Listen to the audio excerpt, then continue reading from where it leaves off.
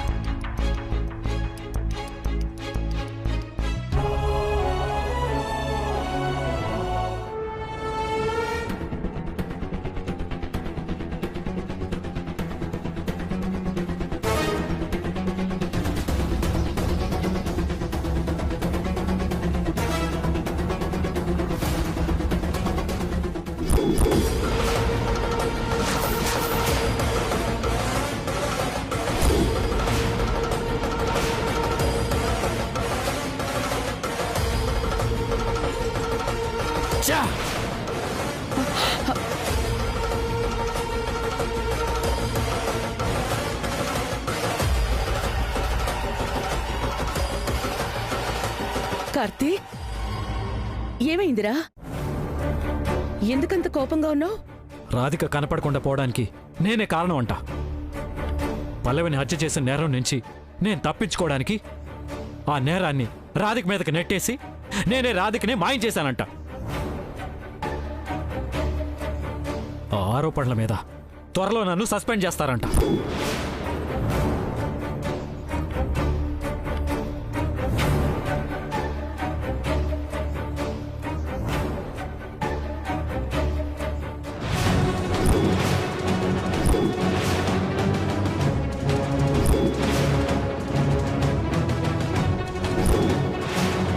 చూసావమ్మా, రాధిక కారణంగా నా మనసుకి గాయాలే కాదు, నా ప్రొఫెషన్ మీద, నా నిజాయితీ మీద కూడా నిందలు పడుతున్నాయి. ఆ రాధిక వల్ల నా ప్రాణానికి ప్రాణమైన పల్లవి దూరం అయింది. ఇప్పుడు నాకు ఇష్టమైన యూనిఫామ్ దూరం అవుతుంది.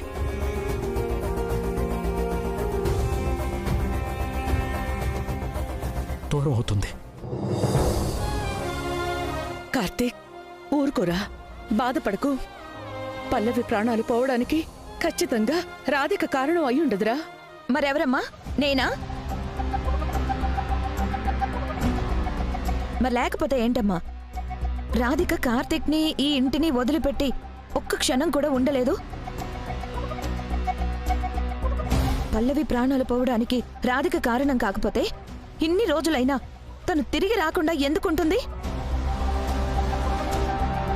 ఎన్ని రోజులైనా రాధిక ఆచూకీ తెలియకపోవడం వెనక ఏదో బలమైన కారణం ఉందని నాకనిపిస్తోంది. అవును ధర్మ, ఖచ్చితంగా ఏదోటి జరుగుంటుంది. ఇందులో ఎలాంటి అనుమానం లేదు. కానీ రాధిక తిరిగొస్తేనే ఈ సమస్యలన్నిటికీ ఓ పరిష్కారం దొరికేది.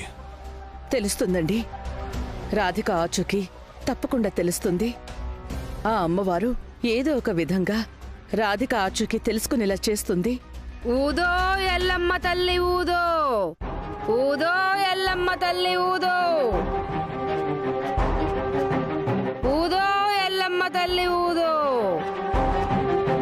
ఊదోయమ్మ ఊదోయమ్మ ఎల్లమ్మ తల్లి ఊదోయమ్మ. మీ కలతకి కలవరానికి పరిష్కారం లభిస్తుంది. ఈ నవరాత్రుల్లో మీ అబ్బాయితో కోనేటి స్నానము చేయించి అమ్మవారికి ముడుపు కట్టించండి. ఆ తల్లికి 1,00,000 పుష్పాల అర్చన చేయించండి. మీరు వెతుకుతున్న మనిషి మీకు కనిపించేలా ఆ అమ్మ మీకు దారి చూపిస్తుంది. ఊదో ఎల్లమ్మ తల్లి ఊదో, ఊదో ఎల్లమ్మ తల్లి ఊదో.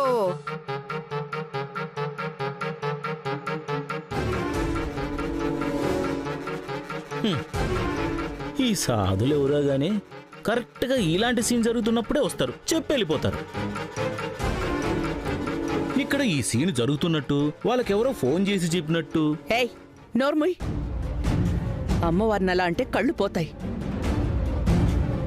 కార్తీక్, నీ బాధను అర్థం చేసుకుని సాక్షాత్తు ఆ కనకదుర్గమ్మ తల్లే ఈ అమ్మ రూపంలో వచ్చిందనిపిస్తోంది. ఈవిడ చెప్పిన విధంగా నువ్వు పూజ జరిపిస్తే రాధిక ఆచూకీ తెలుస్తుంది. ఏమంటావ్? నా పల్లవి పోయినప్పుడే నాకు దేవుడి మీద నమ్మకం పోయిందమ్మా. ఈ పూజలవి నాకు ఇష్టం లేదు, కానీ చేస్తాను.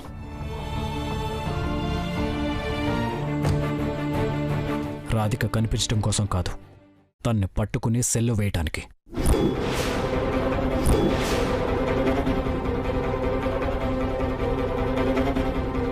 పల్లవిని చంపిన హంతకుడు అని మా డిపార్ట్మెంట్ దృష్టిలో నా మీద పడిన నిందని చెరిపేసుకోవడానికి చేస్తాను.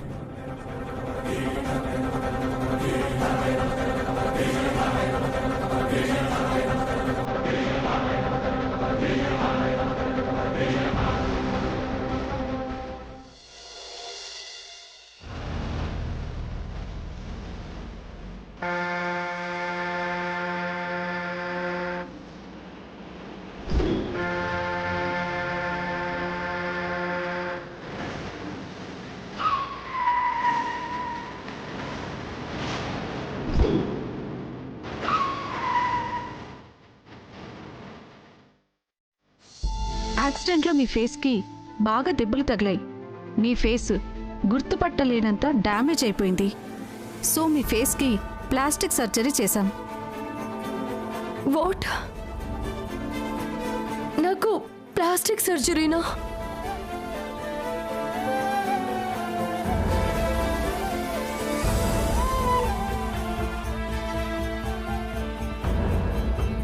ఎక్స్క్యూజ్ మీ, ఈరోజు మిమ్మల్ని డిశ్చార్జ్ చేస్తున్నాం. ఏంటి డిశ్చార్జా? అవునండి, కాసేపట్లో డిశ్చార్జ్కి సంబంధించిన ఫార్మాలిటీస్ కంప్లీట్ చేస్తాం. ఈలోగా మిమ్మల్ని తీసుకెళ్ళడానికి మీ వాళ్ళని రమ్మని కవర్ చేయండి.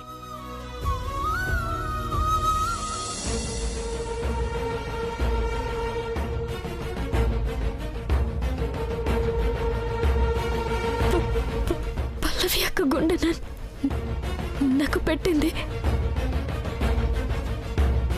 నాలో ఉన్నది పల్లవి యొక్క గుండె.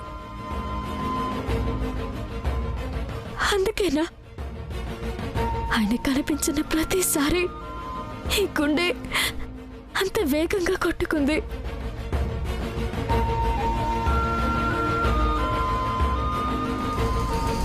ప్రస్తుతం నీ ముందున్నవి రెండే దారులు.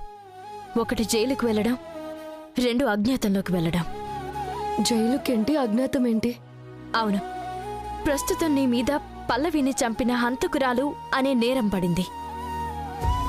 మరిప్పుడు నువ్వు ఇంటికి వెళ్తే మీ ఆయన నిన్ను ఇంటికి రానిస్తాడా? నిన్ను అరెస్ట్ చేసి జైలుకి తీసుకెళ్తాడు. అప్పుడు నువ్వు చెయ్యని నేరానికి జీవితాంతం జైల్లో మగ్గిపోవాల్సిందే తప్ప నువ్వు నిర్దోషువని నిరూపించుకునే అవకాశం కూడా నీకుండదు. పోనీ పుట్టింటికి వెళ్తే నేరం చేసిన నిన్ను దాచిపెట్టారని నిందని మీ వాళ్ళు మోయాల్సొస్తుంది. నీ భర్త నీకు మామూలుగానే బాధ్యస్థానం ఇవ్వలేదు. అలాంటిది తన దృష్టిలో హంతకురాలుగా ముద్రపడిన నిన్ను ఎలా చూస్తాడో, నీకెలాంటి స్థానం ఇస్తాడో నువ్వే ఆలోచించుకో. నా గమ్యం, నా లక్ష్యం నాకు అర్థమైంది. ముందు నేను నిర్దోషినని నిరూపించుకోవాలి. ఆ తర్వాత ఆయన మనసులో స్థానం సంపాదించుకోవాలి. ప్రస్తుతం నువ్వు నిర్దోషివని నిరూపించుకునేంత వరకు అజ్ఞాతవాసం ఒక్కటే మార్గం.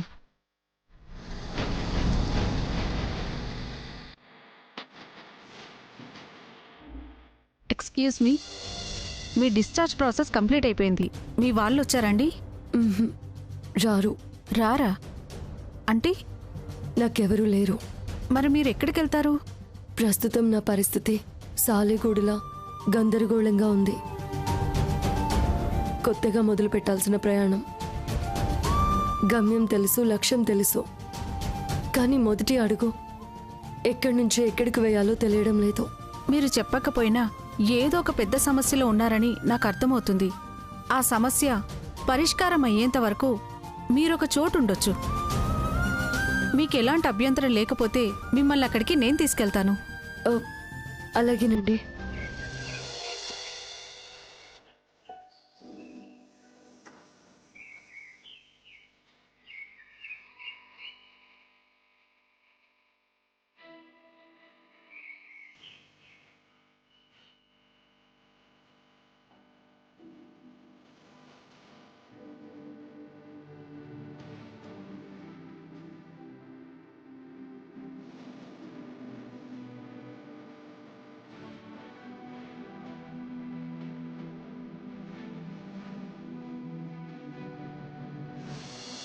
శాంతినికేతన్ నా అనుకున్న వాళ్ళు లేని వాళ్ళకి, కన్నబిడ్డల్ని బయటికి గెంటేసిన తల్లిదండ్రులకి, చెత్త కుప్పల్లో వదిలేసిన బిడ్డలకి, ఎటు వెళ్లాలో అర్థం కాని అభాగ్యులకి, ఇలా ఎంతో మందికి అమ్మఒడి లాంటిది.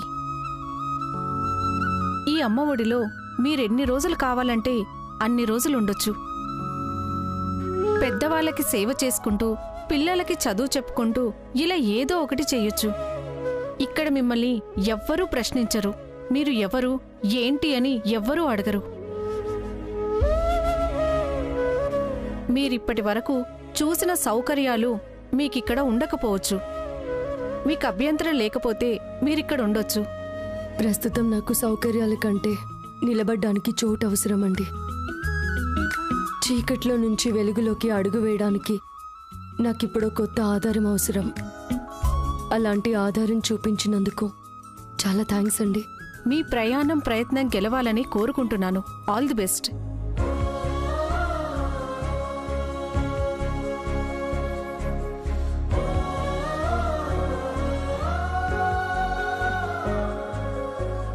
అమ్మా, చెప్పమ్మా.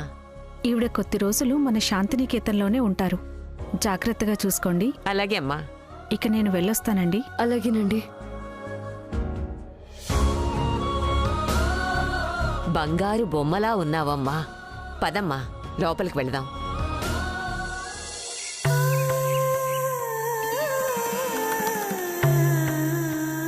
Bad police. ఏంటమ్మా? మరేమో ఈరోజు మనం గుడిలో పూజ చేస్తే రాధిక తప్పకుండా వస్తుందని ఆ అమ్మవారు చెప్పారు కదా. మరిప్పుడు మనం పూజ చేయించిన వెంటనే రాధిక ఇక్కడికి వస్తుందా?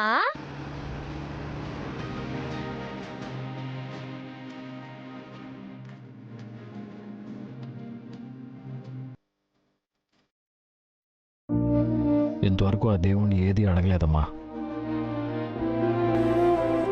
కానీ మొట్టమొదటిసారి అడగబోతున్నాను, రాధికని కనిపించేలా చేయమని. ఇప్పటి వరకు తన నిర్దోషం నిరూపించుకోవడానికి తిరిగి వస్తే బాగుండని కోరుకున్నాను. కానీ ఇప్పుడు నేను నిర్దోషం నిరూపించుకోవడానికి, నేరం చేసిన తను శిక్ష అనుభవించడానికి తిరిగి రావాలని కోరుకుంటున్నాను.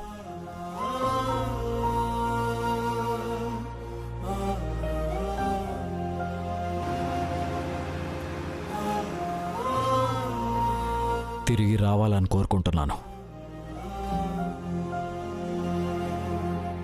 కార్తీక్, పల్లవి ప్రాణాలు పోవడానికి నువ్వే కారణమని మీ డిపార్ట్మెంట్ నిన్ను నిందిస్తోందన్న బాధలో నువ్విలా మాట్లాడుతున్నావు. నీ కోపంలోనూ బాధలోనూ అర్థం ఉందిరా. కానీ నిందకి నిజానికి చాలా తేడా ఉంది. రాధికకి ప్రాణాలు పోయడమే తప్ప ప్రాణాలు తీయటం రాదురా.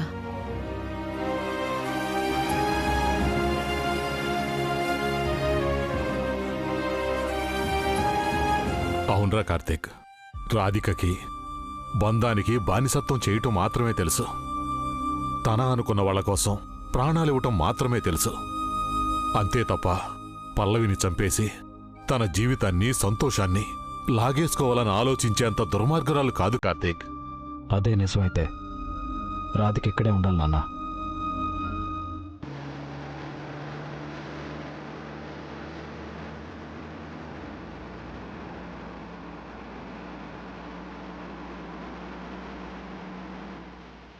తను ఆ నేరం చేయలేదని బలంగా మాట్లాడాలి, నిరూపించుకోవడానికి ప్రయత్నించాలి. అంతే తప్ప ఆధారాలు తీసుకొస్తానని చెప్పి పారిపోకూడదు. రాధికది పారిపోయే మనస్తత్వం కాదు కార్తీక్. తను తిరిగి రాకుండా ఆగిపోవడం వెనుక ఏదో జరిగి ఉంటుంది. ఏ ఆటంకం తనను ఆపిన అరిష్టం ఈ రోజుతో తొలగిపోబోతున్నాయి.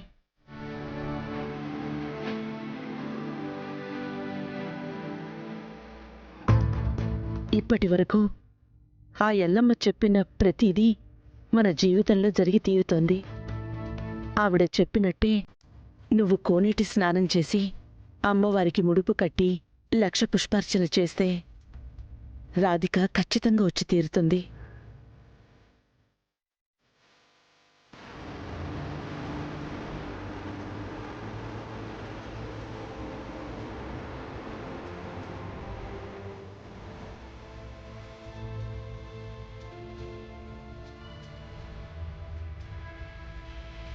తను ఎలాంటి నేరమూ చెయ్యలేదని రాధిక నిరూపించుకుంటుంది.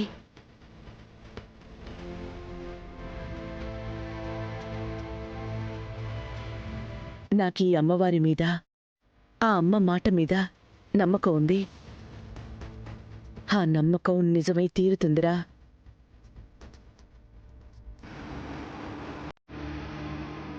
అది బ్రతుకుంటే కదా తిరిగి వస్తుందని ఆశపడచ్చు. కానీ బూడిదైపోయిన దానికోసం ఎంత ఆరాటపడినా చివరికి మిగిలేది బూడిదే.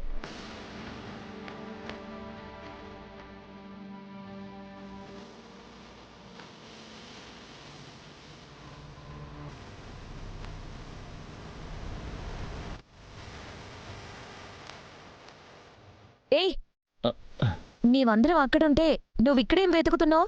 రాధికని. పిచ్చా నీకేమైనా? రాధికను వెతకడం ఏంటి? మీ అమ్మ ఏమనుకుంటుందో తెలుసుగా.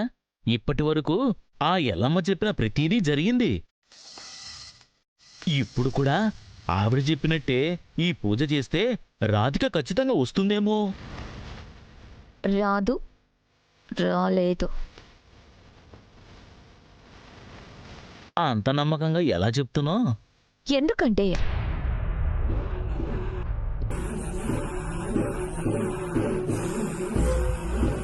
చెప్పు సకలా. ఎందుకంటే దాని మీద పల్లవిని చంపిన హంతకురాలు అనే నేరం పడింది కదా, ఆ భయంతో రాదని చెప్పానులే.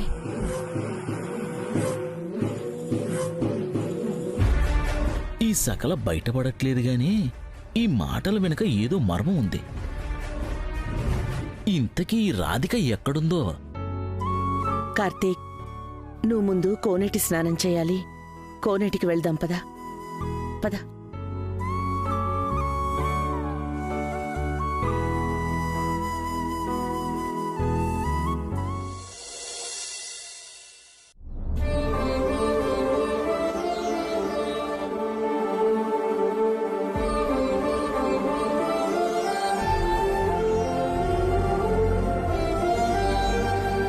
దేవుడంటే చాలా చాలా గుడ్ అంట కదా. నువ్వు అందరికీ హెల్ప్ చేస్తావంట కదా. మరి నేను రాధిక కోసం రోజు ఏడుస్తున్నాను కదా. మరి రాధికని నా కోసం వచ్చేలా నాకు హెల్ప్ చేయవా ప్లీజ్? రాధిక వస్తే నేను నీకు బోల్డెన్ చాక్లెట్స్ ఇస్తాను, ఓకేనా? రాధిక వస్తుంది కదా, తప్పకుండా వస్తుంది కదా.